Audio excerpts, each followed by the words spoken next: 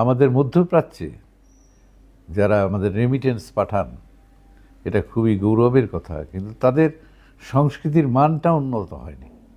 যে কারণে কালকে একজন ইউটিউবার আমাকে বলছিল যে আমার পুরো মার্কেটটাই হচ্ছে আমার মধ্যপ্রাচ্য এবং মালয়েশিয়া, এবং আমি অনুমান করতে কারোরই অসুবিধা হবে না যে এখানে তার দর্শক কারা, এবং নাটকের নামও যে এই ধরনের আর কি, যে দুই স্বামী কেন, হ্যাঁ, তারপর গৃহবধূ হলেন ইয়ে বন্ধু, ভাবির সাথে দেওরের সম্পর্ক, এই সমস্ত নানান কিছু নিয়ে খুব অশ্লীল কাজকর্ম হচ্ছে।